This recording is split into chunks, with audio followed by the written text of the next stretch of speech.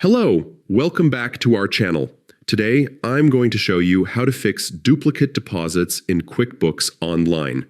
Duplicate deposits can be frustrating and can throw off your accounting, but don't worry, we'll go through a simple process to resolve this issue effectively. Start by heading to the QuickBooks Online login page and click the Sign In button. Select QuickBooks Online from the options to ensure you're in the right place, then enter your username and password and click Continue. This step secures your account and allows you to access your financial data safely. Once you're on the dashboard, navigate to the Sales tab, which is where you manage all your invoices. Click on Invoices to see the full list of issued invoices.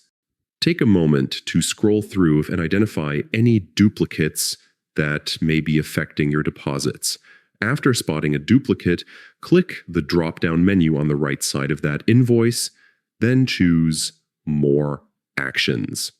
From here, click Delete to remove the duplicate. Make sure it's truly a duplicate, as this action is irreversible. Finally, confirm by clicking Delete again. And that's it. You've successfully fixed duplicate deposits in QuickBooks Online. Regularly reviewing your invoices can help prevent this issue from happening in the first place. Remember, a little diligence goes a long way in keeping your financial records clean and accurate. Thank you for watching, and don't forget to like, share, and subscribe for more helpful QuickBooks tutorials.